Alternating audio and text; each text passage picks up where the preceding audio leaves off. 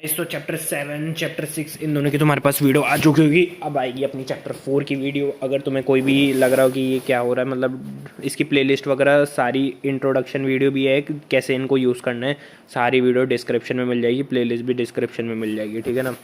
शानदार रिवीजन है, मज़ा आ जाएगा। चैप्टर 4 के बारे में बात करेंगे, सीधा शुरुआत करेंगे। सबसे पहले बात करेंगे further issuance of shares, section 62 right shares. देखो ये इंपॉर्टेंट सेक्शन है एक। फर्स्टली देखो, फर्दर इशू मतलब तुम्हें शेयर इशू करने हैं। इनिशियल पब्लिक ऑफर, आईपीओ और एफपीओ के बाद इनिशियल पब्लिक ऑफर और फर्दर पब्लिक ऑफर। ठीक है ना, वो है ये। Firstly issue right issue. देखो सबसे पहले राइट इशू मतलब तुम्हें इशू मतलब शेयर इशू करने हो और तुम्हें पब्लिक को, तो तुम क्या क्या कर सकते हो। तो सबसे पहले तुम करोगे राइट इशू। सबसे पहले तुम्हें अपने जो एग्जिस्टिंग मेंबर्स है उनको in the proportion of paid up share capital में तुम उनको शेयर्स डिस्ट्रीब्यूट कर सकते हो। इनमें से उनको टाइम टू सब्सक्राइब मिलेगा, 15 से 30 दिन के अंदर उन्हें सब्सक्राइब करना पड़ेगा, जिसमें राइट ऑफ रेनाउंस भी उनके पास होगा if AOA authorise. Right of renounce मतलब वही कि जैसे मान लो उनको तुमने 20 में दिया कि तुम्हें ख़रीदना है, तो बोलो अभी हमारा 60 का चल रहा है और तुम्हें हम 20 में दे रहे हैं, तो वो चाहे तो किसी आउटसाइडर मतलब कंपनी की और मेंबर्स के अलावा किसी तीसरे पर्सन को भी दे सकते हैं, और वो बीच में अपना 10 रुपये ले लेंगे और बाकी 20 रुपये में वो कंपनी से ख़रीद लेगा। ऐसे वो है राइट ऑफ रेनाउंस। ठीक है ना। एक्सपायरी ऑफ टाइम और डिक्लाइन, या तो 15 से 30 दिन ख़त्म हो गए, या फिर उन्हें डिक्लाइन कर दिया the remaining share dispose by the board. देखो दो चीज़ें हैं, या तो टाइम ख़त्म हो गया या फिर उन्हें डिक्लाइन कर दिए। Then the remaining shares dispose by the board of, मतलब जो भी उनने शेयर्स नहीं लिए ना बेसिकली, वो disposed by the board of director to the best interest to the share holder. बाकी जो शेयर होल्डर्स है ना, बोर्ड ऑफ डायरेक्टर्स जो शेयर्स उनने नहीं लिए वो board of directors best interest to the share holders में डिस्पोज करेंगे। ठीक है ना। उसके बाद है तुम सबसे पहले तो अपने राइट इशू कर दो, जो एग्जिस्टिंग मेंबर है उनको इशू कर दो। बाकी फिर तुम कर सकते हो ईसॉप। इसके लिए तुम्हारे को एसआर पास करना पड़ेगा। ऑप्शन का टाइम होगा ग्रांट ऑफ ऑप्शन तुम्हें 1 साल के अंदर from the wasting exercise of option. 1 साल के अंदर तुम्हें एक्सरसाइज करना पड़ेगा ऑप्शन। ठीक है ना। ईसॉप में सबसे पहले तुम अपने एग्जिस्टिंग मेंबर को, फिर एम्प्लॉयज़ को, उसके बाद तुम आउटसाइडर्स को दोगे, और वो फिर उसका एक अलग प्रोसेस है, वो बाद में पढ़ेंगे। ऑथराइज्ड इन एसआर मतलब एसआर पास करना पड़ेगा, तब जाके तुम आउटसाइडर को दोगे। ठीक है ना। A director who either himself or through relative directly or indirectly holds more than 10% of the outstanding equity share is not an employee। यहाँ पे बिल्कुल कोने में एम्प्लॉय लग रहा है। ठीक है ना। एक डायरेक्टर जो खुद और अपने रिलेटिव के साथ मिलकर 10% से ज़्यादा इक्विटी शेयर कैपिटल एक कंपनी में होल्ड कर रहा है, तो वो एम्प्लॉय नहीं है भाई। तुम 10% से ज़्यादा कर रहे हो, बोल रहे हो मैं एम्प्लॉय हूँ, वाह। ठीक है ना। Loan debentures to government which is non-convertible as government consider it is necessary in public interest then should convert it into shares company within 60 days from date appeal to tribunal for any objection tribunal after hearing both pass such order as deemed fit। तो देखो ये क्या लिख रहा है, loan और debentures तुमने government को दे रखे हैं जो कि नॉन कन्वर्टेबल है, मतलब लोन और डिबेंचर ही रहेंगे, इक्विटी शेयर में कन्वर्ट नहीं है। As government consider it is necessary to public interest that debt should be convert into shares. देखो नॉन कन्वर्टेबल शेयर वो लोन और डिबेंचर है, लेकिन गवर्नमेंट को लग रहा है कि ये पब्लिक इंटरेस्ट में होगा, अगर इनको अपन शेयर्स में कन्वर्ट कर दे तो वो लोग कन्वर्ट कर देंगे। और साथ ही साथ जो ऑथराइज कैपिटल अगर रिक्वायर्ड होगा इंक्रीज़ करने के लिए, तो वो ऑटोमेटिकली इंक्रीज़ मानी जाएगी। ध्यान से सुनना, उनने जो कन्वर्ट कर दिए शेयर्स के अंदर, तो मान लो ऑथराइज कैपिटल से ज़्यादा अमाउंट जा रहा है तो उसको ज़्यादा बढ़ा हुआ मान लिया जाएगा। ये लिख रहा है, अकाउंट्स में भी तुमने ये पढ़ा होगा। कंपनी को within 15 days 60 days from date और appeal to tribunal for any objection. देखो अब गवर्नमेंट ने क्या करा है, इसको इक्विटी शेयर में कन्वर्ट कर दिया नॉन कन्वर्टेबल को, तो कंपनी को अगर कोई भी दिक्कत होगी वो 60 डेज़ के अंदर ट्रिब्यूनल को ऑब्जेक्शन के लिए अपील करेगी, और ट्रिब्यूनल फिर बाद में उसको जो सही लगेगा वो ऑर्डर दे देगा। ठीक है ना। अब बात करते हैं सेक्शन 63 बोनस शेयर्स। देखो इसके अंदर मैंने बहुत शानदार एक शॉर्ट फॉर्म बना रखी है, इसमें नहीं है। जैसे बोनस में जैसे ही सेकंड पे ओ आता है ना, तो इसमें पास होगा OR ऑर्डिनरी रेजोल्यूशन। 63 सेक्शन है, आगे भी बना रखी है, उसकी भी देखेंगे। सबसे पहले बोनस शेयर 63 ऑथराइज होना चाहिए एओए के द्वारा, ऑर्डिनरी रेजोल्यूशन लगेगा, वही कंपनियां इसको इशू करेगी जो कि नॉट डिफॉल्टेड इन पेमेंट और इंटरेस्ट, मतलब not defaulted in payment of interest और principal in respect of fix deposits और डेब्ट सिक्योर्ड इशूड बाय इट। ये याद करना पड़ेगा तुम्हें, तभी दिमाग में बैठेगा। वही कंपनी इशू करेगी जिनने डिफॉल्ट नहीं करा हो इंटरेस्ट और principal in respect of fix deposits. जिन बंदों ने एफडी या फिर डेब्ट सिक्योरिटीज़ दे रखी हो उनके इंटरेस्ट और प्रिंसिपल अमाउंट में कोई भी डिफॉल्ट नहीं होना चाहिए। ये सही है। मतलब तुम डिबेंचर्स में फ्रॉड करके बैठे, उनका पैसा तुम दे नहीं रहे और बोल रहे हो बोनस शेयर इशू करोगे। ऐसा थोड़ी ना होगा, पहले डिबेंचर्स वालों का पैसा दो तब जाके बोनस शेयर इशू करना। ये तो ऑब्वियस सी बात है। हम बात करते हैं सेक्शन 68। भाई ये तो बहुत ही इंपॉर्टेंट सेक्शन है, बायबैक का सेक्शन है, बहुत इंपॉर्टेंट। सबसे पहले बात करते हैं, देखो ऑथराइज बाय एओए होना चाहिए। अब बायबैक करोगे कैसे तुम? अब खुद की सिक्योरिटीज़ जो तुम पहले इशू कर सकते हो, जो मार्केट में पड़ी हुई है, उनको तुम खरीदोगे तो तुम्हारे पैसे लगेंगे। वो पैसे कहाँ से आएंगे ये बताते हैं। फ्री रिजर्व से पैसे आएंगे, एसपीआर सिक्योरिटी प्रीमियम रिजर्व से पैसे आएंगे, और proceeds from fresh issue not of same class. मतलब जो तुम मार्केट से खरीद रहे हो ना, उस मतलब जो ये नहीं कि तुमने फ्रेश ऑर्डर करे उनसे जो पैसा है उससे ख़रीद लिए, ये नहीं करना। Proceeds from fresh issue but not of same class. Fresh issue तुमने करे और उससे तुम्हारे पास पैसा है, तुम उससे खरीद सकते हो, बट जो फ्रेश इशू करा है वाले शेयर्स तुम, मतलब वो सेम क्लास के शेयर्स तुम अगर मार्केट से खरीद रहे हो ना तो वो तुम नहीं खरीद सकते, ठीक है ना। The buyback shall not exceed 25% of paid up share capital plus free reserves. ये तुम्हें लिमिट याद करनी पड़ेगी। द बायबैक ऑफ इक्विटी, इसमें 3 से 4 लिमिट है। इस बायबैक सेक्शन के मैंने 7 पॉइंट लिखे थे, 7 पॉइंट जो कि इंपॉर्टेंट है, ठीक है ना। The buyback of equity share in any financial year shell not exceed 25% of total paid up share capital in that financial year. Aggregate में जो इक्विटी शेयर्स हैं, इक्विटी शेयर्स की बात हो रही है यहाँ पे, ठीक है ना। इसमें paid up capital plus free reserve था, इसमें इक्विटी शेयर्स हैं, ठीक है ना, दोनों में 25%। अब बात करते हैं, देखो ये मैंने क्या लिख रखा है। जब भी लिस्टेड कंपनीज की बात होगी ना, तो जो सेबी चीज़ें बताएगा ना, जो सेबी कंप्लाइंस देगा वो फॉलो करेगी लिस्टेड कंपनीज, और अगर अनलिस्टेड कंपनी है तो जो आरओसी बताएगा ना कंपनी वो फॉलो करेगी, ठीक है ना। अब देखो इसमें क्या है, एसआर पास करना है, लेस देन एसआर पास करना पड़ेगा अगर तुम बायबैक कर रहे हो less than 25% of paid up equity share capital plus free reserve. तुम बायबैक कर रहे हो paid up equity share capital plus free reserve का 25% से कम, तो तुम्हें एसआर पास करना पड़ेगा। लेकिन तुम 10% से भी कम कर रहे हो तो तुम्हें बोर्ड रेजोल्यूशन पास करना पड़ेगा। मतलब 10% से कम बोर्ड रेजोल्यूशन, 10% से ज़्यादा जाते 25% के बीच में एसआर पास करना पड़ेगा, और मैक्सिमम तो है ही 25, तो समझ ही गए होगे तुम, ठीक है ना। अब देखो मैंने इसमें ये क्या लिख रखा है, 92, मतलब इतने सारे हो जाते हैं ना तो कंफ्यूज ना हो कि बोर्ड रेजोल्यूशन लिख रहा था ऑर्डिनरी रेजोल्यूशन, क्योंकि यहाँ पे ऑर्डिनरी रेजोल्यूशन नहीं लिखा, स्पेशल रेजोल्यूशन और बोर्ड रेजोल्यूशन लिखा है, ना कि ऑर्डिनरी रेजोल्यूशन। इसलिए मैंने साथ में ये लिख दिया था कि बोर्ड रेजोल्यूशन ही है भाई, गलत नहीं लिखा। अब देखो ये रेशो मेंटेन होना चाहिए हर कंपनी के पास, secured plus unsecured divided by paid up share capital plus free reserves, इसका होना चाहिए 2:1। इसमें ध्यान रखना एसपीआर भी इंक्लूडेड है, ठीक है ना। अब देखो ये क्या प्रोविजन लिख रहा है, बायबैक, ये बीबी जो लिख रहा है ना, ये buyback with in 12 months from SR और B R.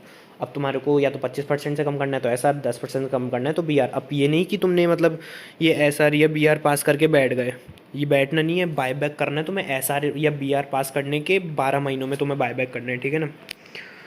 No limit for preference share, यहाँ पे देख लो सबकी इक्विटी शेयर और की बात हो रही है, यहाँ पे प्रेफरेंस शेयर की बात नहीं हो रही। No limit for preference share, ये मैंने कोई केस स्टडी में पढ़ा था इसलिए यहाँ पे लिख रखा है ये। गवर्नमेंट एनबीएफसी कंपनी इन सब के लिए 6:1 मेंटेन करना पड़ेगा, ये वैसे इतना रेलिवेंट नहीं है ये। और देखो कूलिंग पीरियड क्या है, after buyback the company can not again issue the same class of shares until the expiry of 6 months. अब देखो ये भी कोई सब, इसमें मैं क्या समझाऊँ, बायबैक कर लिया कंपनी ने, अब सेम क्लास ही इशू मत कर देना 6 महीने तक, सिंपल सी बात है। बायबैक बायबैक के 1 ईयर तक दूसरे बायबैक नहीं आना चाहिए। तुमने बायबैक कर दिया 1 साल, उसके 1 साल तक वापस बायबैक मत करना, ठीक है ना। Extinguish and physically destroyed securities with in 7 days from completion of buyback. Buyback करा, शेयर्स तुम्हारे पास आए, उनको या तो एक्सटिंग्विश करो या फिर फिजिकली डिस्ट्रॉय करो 7 दिन के अंदर from the completion of buyback, ठीक है ना। ये पेनल्टी लिख रही है, ये छोड़ सकते हो तुम। Section 69 certain sum transfer to CRR. अब देखो ये क्या है, बायबैक करा तुमने, मान लो वो free reserves plus securities premium से, तो तुमने एक तरीके से प्रॉफिट अपने कम कर दिए, रिजर्व एंड सरप्लस तुमने कम कर दिया बायबैक से। अब देखो ये बहुत ही इन डेप्थ कॉन्सेप्ट है, एक मैं तुम्हें चलो बताता हूँ। जैसे डिबेंचर होल्डर है, अब वो लोग देखेंगे कि यार ये लोग तो अपने प्रॉफिट कम करके ये लोग तो बायबैक कर रहे हैं और हमारे को पैसे दे नहीं रहे, तो उनको मतलब ये ना हो कि यार ये लोग तो ऐसे कर रहे हैं, तो इसलिए then sum equal to the nominal amount of the share transfer to CRR। जितने तुमने बायबैक करे उन शेयर्स का नॉमिनल वैल्यू जो तुमने फ्री रिजर्व्स और सिक्योरिटीज़ प्रीमियम के इक्वल तुमने नॉमिनल वैल्यू के शेयर जो भी बायबैक करे उतना अमाउंट तुम्हें ट्रांसफ़र करना है CRR में, ताकि वो मेंटेन हो जाए। CRR का सिर्फ एक काम होता है बोनस शेयर इशू करना, ठीक है ना। अब बात करते हैं सेक्शन 70 के बारे में। सेक्शन 70 या प्रोहिबिशन ऑन बायबैक, ये 3 जने वो बायबैक नहीं कर सकते। इनको याद कर लेना, ऐसे समझ आ जाएगा। फ्रॉम इट सब्सिडरी कंपनी, तुम होल्डिंग कंपनी हो, तुम अपनी सब्सिडरी कंपनी से बायबैक नहीं कर सकते। इन्वेस्टमेंट कंपनी से भी बायबैक नहीं कर सकते। इन्वेस्टमेंट कंपनी जिसमें तुमने इन्वेस्टमेंट कर रखा हो, तुमने अगर default in repayment of deposit, debenture, preference या डिविडेंड, बैंक लोन और इनके प्रिंसिपल अमाउंट और इनके इंटरेस्ट देरान में डिफ़ॉल्ट नहीं करना होना चाहिए। अगर तुमने डिफ़ॉल्ट कर रखा है तो तुम प्रोहिबिशन है, तुम नहीं कर सकते बायबैक। ये जो लाइन है ना, ये लिख रही है डिफ़ॉल्ट एंड रीपेमेंट, ये भाई याद कर लेना, क्योंकि आगे बहुत जगह ये चीज़ आएगी, ठीक है ना। और मान लो अगर तुमने डिफ़ॉल्ट भी कर दिया ना इन चीज़ों में, तो 3 ईयर्स इलेप्स हो जाने चाहिए, तब तुम जाके बायबैक कर सकते हो, ठीक है ना। और अगर तुमने not complied with provision of ये चारों 92 annual return, 123 declaration and payment of dividend, 127 punishment for failure to distribute dividend, 129 financial statement, अगर तुमने इन प्रोविजन से कंप्लाई विद नहीं करा तो भी तुम प्रोहिबिट हो बायबैक की, नहीं कर सकते बायबैक, ठीक है ना। ये सब याद कर लेना, बहुत शानदार तरीके से याद हो जाएंगे। ये देखो मैंने क्या लिख रखा है, सेक्शन 67 एक्सेप्शन ऑफ कंपनी, इसको तुम काट सकते हो चाहे तो, क्योंकि इसकी बात मैंने आगे करी है। अब देखो DVR मैंने सिर्फ ये इतने से चार्ट में निपटा दिया पूरा। DVR के लिए ऑर्डिनरी रेजोल्यूशन पास करना पड़ेगा, AOA में ऑथराइज होना चाहिए। Voting right shall not exceed 74% of total voting power, not defaulted in financial statements, annual return in last 3 years, not defaulted in payment of debentures, dividend, preference shares, dividend, ये dividend preferential dividend की बात है। और deposits, देखो ये line मैंने बताई थी ना पहले, थोड़ा बहुत फ़र्क है, बाकी ये लाइन तो याद रखनी है। और तुमने नॉट डिफॉल्टेड इन लोन, जैसे जो लोन तुमने बैंक लोन और फाइनेंशियल इंस्टीट्यूशन से लोन लिया हो, और स्टैट्यूटरी ड्यूज़ ऑफ एम्प्लॉय जैसे कि ग्रेजुटी वगैरह, इनमें भी कोई ड्यूज़ नहीं होने चाहिए, तब तुम DVR इशू कर सकते हो। और साथ ही साथ अगर करा भी है तो डिफ़ॉल्ट, अगर तुमने ये करा भी है तो 5 साल एक्सपायर्ड हो जाने चाहिए, उसके बाद तुम आराम से DVR इशू करो। डिफरेंशियल वोटिंग राइट्स, ठीक है ना। इक्विटी शेयर्स है ना, DVR वाले इक्विटी शेयर्स वो है। और ये भी होना चाहिए कि not penalised by tribunal under RBI, SCRA, SEBI और फैम एक्ट, इन चारों एक्ट में तुम पेनलाइज्ड नहीं होने चाहिए, तो फिर तुम आराम से DVR इशू करो।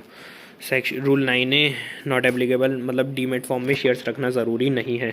इन 3 चीज़ों को, इन 3 कंपनी को, Nidhi company, government company, wholly owned subsidiary company. Wholly और सब्सिडरी कंपनी का तो तुम लॉजिक भी समझ ही गए होंगे कि सारी कंपनी एक कंपनी के पास है तो हम ऑन मतलब डीमेट में एक तरीके से इलेक्ट्रॉनिक फॉर्म में रख के भी क्या ही करेंगे, क्योंकि एक कंपनी के पास ही तो होल्ड करने सारे, ठीक है ना। Dividend to preference share holder not paid for 2 years, then preference share holders can vote in any matter. ये याद रखना, अगर 2 साल तक तुमने प्रेफरेंस शेयर वालों को डिविडेंड नहीं दिया तो वो लोग कोई भी मैटर में वोट कर सकते हैं, ठीक है ना। सेक्शन 48 के बारे में बात करेंगे, variation of share holder rights. भाई ये बहुत ही ज़्यादा इंपॉर्टेंट सेक्शन है, ये अच्छे से याद रखना। देखो वेरिएशन करना है तुम्हें शेयर होल्डर्स के राइट्स में। सबसे पहले तो तुम्हारे को ऑथराइज बाय AOA या फिर MOA होना चाहिए, अगर नहीं है तो प्रोहिबिट नहीं होना चाहिए, बस मतलब प्रोहिबिट नहीं होना चाहिए। अगर उसमें साइलेंट भी है ना तो भी कोई दिक्कत नहीं है, बस प्रोहिबिशन नहीं होना चाहिए में, ठीक है ना। अब कैसे करोगे तुम वेरिएशन, सबसे पहले concern require for variation, concern लेना पड़ेगा 3/4 ऑफ डेट क्लास जिनका तुम चेंज कर रहे हो ना राइट, वो variation in rights, share holder के जिस शेयर्स के राइट तुम चेंज कर रहे हो ना उनका 3/4 ऑफ डेट क्लास का कंसेंट लेना पड़ेगा। या फिर ये OR मतलब ऑर्डिनरी रेजोल्यूशन नहीं है, और या तो तुम 3/4 ऑफ डेट क्लास का कंसेंट ले लो या फिर SR पास कर दो इन डेट क्लास और meeting of such share holder where rights are affected. देखो तुम या तो 3/4 का कंसेंट ले लो या फिर SR पास कर दो in class meeting of such share holders, ठीक है ना। और साथ ही साथ 3/4 का कंसेंट उनका भी लेना है जिनके राइट्स इफेक्ट हो रहे हैं, मतलब तुम्हारे मतलब वेरिएशन कर रहे हैं ना किसी शेयर होल्डर के राइट में, तो कहीं और भी इफेक्ट हो रहे हैं ना, तो उनके भी 3/4 कंसेंट लेना है, ये बात लिख रही है इसमें। ये दोनों सेम नहीं है, ध्यान रखना। ये अदर क्लास लिख रहा है यहाँ पे, अदर क्लास, कोई और क्लास के भी हो रहे हैं ना अगर अफेक्ट, तो उनसे भी 3/4 कंसेंट ले लेना। अगर तुम्हें कुछ भी समझ नहीं आया ना, वीडियो मतलब बैक करके देख लेना, कोई दिक्कत नहीं है। और देखो 110 share holder apply to tribunal. अगर देखो कुछ शेयर होल्डर्स को नहीं आ रहा कि यार वेरिएशन मत करो, तो 110 शेयर होल्डर अप्लाई कर सकते हैं ट्रिब्यूनल को फॉर स्टॉपिंग द वेरिएशन। साथ ही साथ एसआर और 3/4, एसआर और 3/4 मतलब या तो एसआर पास कर लिया या फिर 3/4, ये दोनों चीज़ों में से एक चीज़ हुई ना, उसके विद इन 21 डेज़ में एप्लीकेशन भेजेंगे ट्रिब्यूनल। कौन लोग भेजेंगे? 1/10 एटलीस्ट अप्लाई करनी चाहिए ट्रिब्यूनल को। अगर उन्हें वेरिएशन पसंद नहीं आया तो 1/10 अप्लाई करेंगे शेयर, वो एसआर या फिर 3/4 के कंसेंट के 21 दिनों के अंदर ही अप्लाई करना है, ठीक है ना। वैसे तो बहुत ही सही नोट्स बन रखे हैं, तुम्हें समझ आ ही रहा होगा, बाकी तो पूरा बता ही रहा हूँ मैं। Transfer of security of disease partner by his legal representative is valid even if the legal representative is not a holder. ये एमसीक्यूज पॉइंट ऑफ व्यू से लीगल रिप्रेजेंटेटिव है तुम्हारा कोई, उसके पास होल्डर उसके नाम में नहीं आया, उससे पहले उसने ट्रांसफ़र कर दिया, वो ट्रांसफ़र वैलिड है, ठीक है ना। सीआरआर से सिर्फ बोनस शेयर इशू कर सकते हैं, ठीक है ना। सेक्शन 52 सिक्योरिटीज प्रीमियम अकाउंट के यूजेस। देखो इसका शॉर्ट फॉर्म था, मतलब कोई टीचर से, मैंने याद नहीं कौन से टीचर से था, BBPP। तो इसमें था bonus share, buyback of share और securities, writing off preliminary expenses, premium on redemption of preference shares और डिवेंचर्स, शेयर इशू एक्सपेंस। अगर सेक्शन 133 की कंपनी है तो BB और शेयर इशू एक्सपेंस ही यूज़ आएंगे, मतलब ये प्रीमिलरी एक्सपेंस और प्रीमियम ऑन रिडम्पशन ये नहीं आएंगे। SP सिक्योरिटीज प्रीमियम से अब तुम प्रीमिलरी एक्सपेंस राइट ऑफ नहीं कर सकते अगर तुम्हारी 133 की कंपनी है। थर्ड और फोर्थ पॉइंट तुम नहीं कर सकते अगर 133 की कंपनी है शेयर सिक्योरिटीज प्रीमियम से, मतलब, ठीक है ना। A company can not issue share at discount except. देखो शेयर्स कभी भी डिस्काउंट पे इशू नहीं होते, तुमने पहले ही पढ़ा होगा। एक्सेप्ट दो चीज़ें हैं, जहाँ पे स्वेट इक्विटी शेयर्स हैं और जहाँ पे शेयर्स टू क्रेडिटर व्हेन डेब्ट is converted into shares in pursuance of a statutory resolution debt और डेब्ट रिस्ट्रक्चरिंग स्कीम। इसमें यह है कि तुम क्रेडिटर्स जो कि डेब्ट में है, मतलब जिनसे तुमने डेब्ट ले रखा है, उनको तुम शेयर्स इशू कर सकते हो डिस्काउंट के अंदर under a statutory resolution plan और डेब्ट रिस्ट्रक्चरिंग स्कीम। ये याद कर लेना, हो जाएगा। डिफ़ॉल्ट में पेनल्टी लिख रही है, वैसे कोई मतलब है नहीं डिफ़ॉल्ट पेनल्टी इतना याद करने का। सेक्शन 54 के बारे में बात करते हैं, sweat equity shares. Sweat equity shares अपन देंगे एम्प्लॉयज़ को या फिर डायरेक्टर्स को। एसआर के 12 दिन के अंदर, 12 महीने के अंदर तुम्हारे को स्वेट इक्विटी शेयर इशू करने पड़ेंगे। एसआर पास करके बैठ मत जाना, 12 महीने के अंदर स्वेट इक्विटी इशू करना, ठीक है ना। इसकी लिमिट है 15% of paid up equity share capital और 5 crore, whichever is higher. इन दोनों में से जो हायर होगा वो लिमिट है, उतने तुम स्वेट इक्विटी शेयर इशू कर सकते हो। इन अ ईयर है, ध्यान रखना, ये इन अ ईयर। अब देखो sweat equity share shell not exceed 25% of paid up equity capital at any time. 25% से ज़्यादा कभी भी एक्सीड नहीं करनी चाहिए, और ये इन ईयर की लिमिट है और ये लाइफ टाइम की लिमिट है 25%, ठीक है ना। Provided debt in startup company limit is 50% up to 10 years from incorporation. अब कोई स्टार्टअप कंपनी है, उसको 10 साल ही हुए हैं, तो वो उसके लिए ये लिमिट 25% की जगह 50%, ठीक है ना। हर चीज़ में शेयर फुल्ली पेड अप होना चाहिए। देखो ये जो भी प्रोविज़न चैप्टर 4 में बात कर रहे हैं ना, बोनस शेयर, राइट शेयर्स, इसमें हर चीज़ में बाय बैक करना है तो हर चीज़ में शेयर फुल्ली पेड अप होना चाहिए, ये लिख रहा है। लॉक इन पीरियड मतलब होता है नॉन ट्रांसफरेबल, मतलब तुम किसी को ट्रांसफ़र नहीं कर सकते। ये नहीं तुम्हारे को स्वेट इक्विटी शेयर दिया कंपनी ने और तुम अपने दोस्तों वोस्तों को बेच दिए कि यार ये तो कम में आया है, ये लो, वो नहीं है। ये तुम्हें नॉन ट्रांसफरेबल, 3 साल तक तुम किसी को भी ट्रांसफ़र नहीं कर सकते। कंपनी का मोटिव ये होता है कि वो स्वेट इक्विटी शेयर इसलिए तो देते हैं ताकि जो एक अच्छा एम्प्लॉय है वो कंपनी में रुक जाए। अब अगर उसको बेचने का दे दिया, वो तो आया बेचा और फिर वो कंपनी से निकल गया अगर कहीं और ऑफर अच्छा मिला तो, इसलिए उसको 3 साल तक लॉक इन पीरियड रहता है, वो 3 साल तक नहीं कर सकता कुछ भी। ये तुमने ईसॉप वाले चैप्टर एडवांस अकाउंट्स में जो है उसमें भी पढ़ा होगा। Sweat equity share holders to rank pari passu, मतलब पैरी पैसू का मतलब होता है equally with the equity share holder. Sweat equity share holder जो हैं उनके पास सेम होता है, इक्विटी शेयर्स की तरह, इक्विटी शेयर होल्डर की तरह ही होते हैं वो लोग, ठीक है ना। सेक्शन 55 के बारे में बात करते हैं, preference shares. Preference share already redeemable preference share ही इशू होते हैं। टाइम पीरियड होता है 20 ईयर्स मैक्सिमम टाइम होता है 20 ईयर्स इशू करने के लिए। एसआर पास करना पड़ेगा, साथ ही साथ कोई भी डिफॉल्ट नहीं होना चाहिए in the redemption of preference share और पेमेंट ऑफ डिविडेंड। ये देख लो, मतलब ऐसे इसमें समझाने का कुछ है नहीं, ये तो तुम्हें पढ़ते समझ आ जाएगा कि कोई डिफॉल्ट नहीं होना चाहिए। वही time period for infrastructure project हैं तो 30 साल है लिमिट, और नॉर्मली 20 साल, इंफ्रास्ट्रक्चर में 30 साल, ठीक है ना। साथ ही साथ 30 साल जिसमें लिमिट है ना इंफ्रास्ट्रक्चर प्रोजेक्ट में, उसमें 21 ईयर से रिडम्पशन ऑफ 10% होना चालू हो जाएगा, ताकि 30 ईयर तक वो पूरा रिडम्पशन हो जाएगा of share preference share begin with 21 year onwards, ठीक है ना।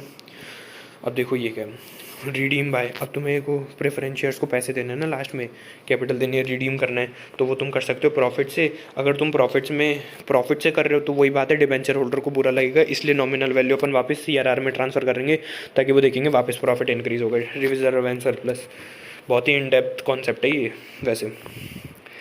या तो तुम प्रॉफिट से उनको रिडीम कर सकते हो, या फिर proceeds of fresh issue further, चाहे तो तुम। अब देखो प्रोसीड्स फ्रॉम फ्रेश इशू मतलब इसमें यह है कि तुम कुछ नए इशू करे और जो पैसे आए उससे तुमने प्रेफरेंस शेयर्स को पैसे दे दिए। अब इसमें तुम सेम काइंड के भी कर सकते हो, मतलब प्रेफरेंस शेयर ही तुमने इशू करे, उनके पैसा के पुराने प्रेफरेंस शेयर को वो करा, मतलब डिस्चार्ज करा। तो इसके लिए 3 कंडीशंस है, ठीक है ना।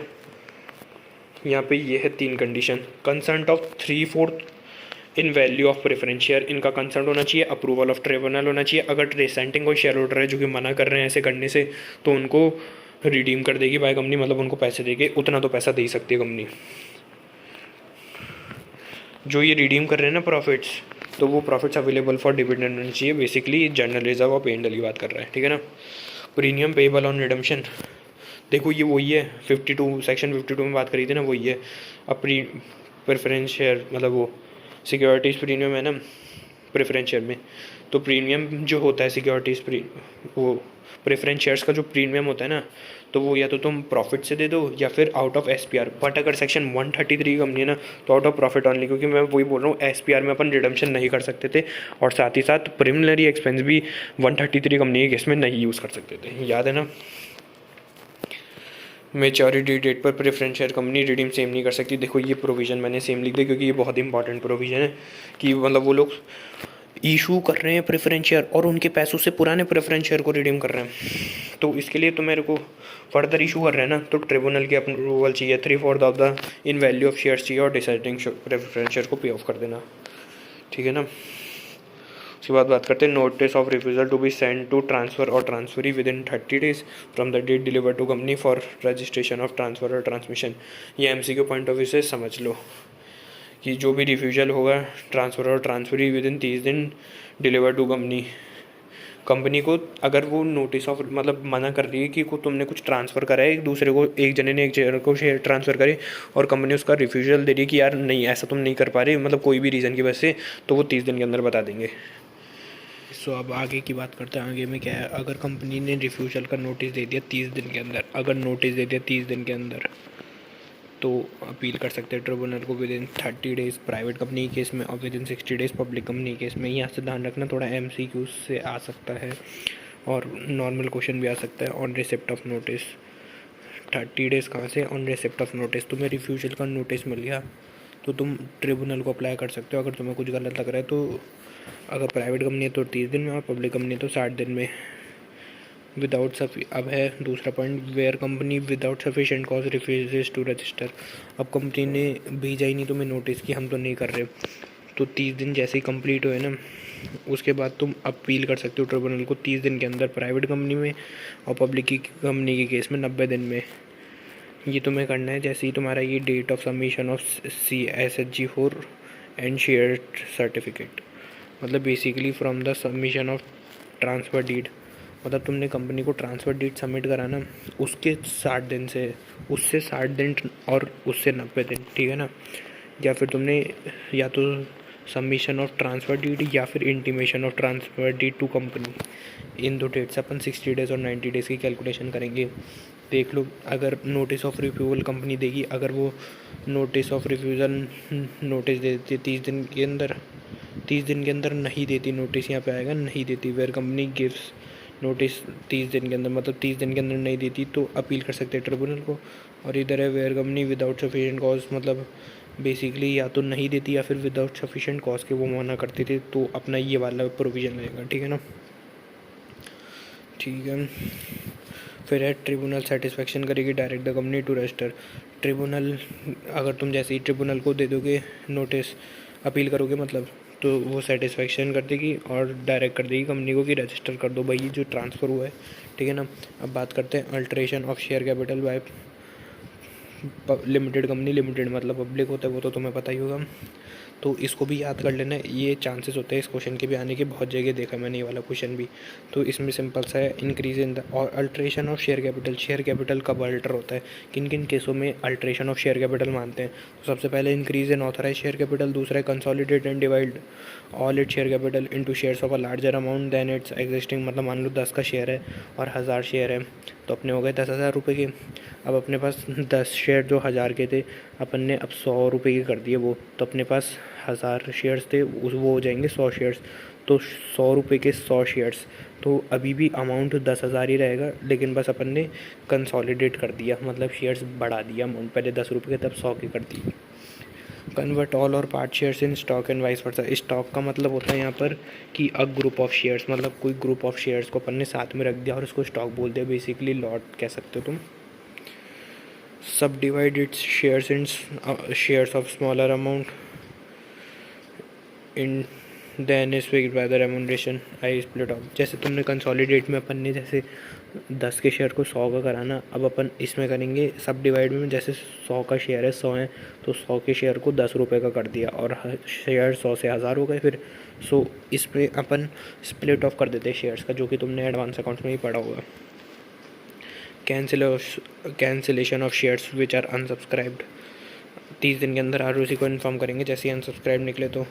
Cancel shares at the date of passing of the resolution which has not be taken by any person. अगर कैंसिलेशन, जो शेयर्स अनसब्सक्राइब रह गए, जो कैंसिल कर दिए जाएंगे, उसका मतलब भी यही होता है अल्ट्रेशन ऑफ शेयर कैपिटल, ठीक है ना। ये थोड़े टैक्स के अपने प्रोविज़न वो बीच में लिख रखे हैं मैंने। सेक्शन 66 के बारे में बात करें, reduction in share capital.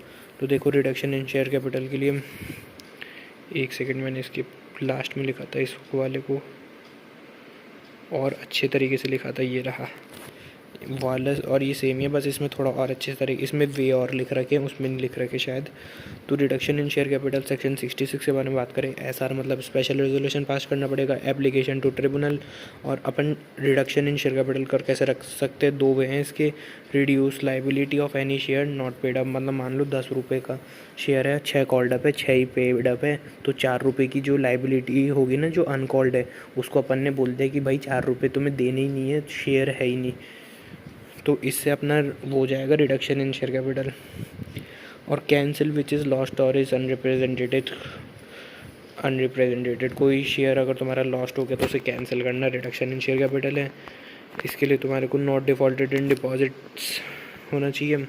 Deposits में तुमने कोई भी डिफ़ॉल्ट ना करो तभी तुम रिडक्शन ऑफ शेयर कैपिटल कर सकते हो। एप्लीकेशन भेजना, application to tribunal, application by tribunal, tribunal CG registrar SEBI representation 3 महीने के लिए। अच्छा तो है ना, ये कंपनी है ना, कंपनी एप्लीकेशन भेजेगी, नहीं tribunal application by tribunal to, tribunal है ना अच्छा देखो ये प्रोविज़न है ना, बहुत शानदार है।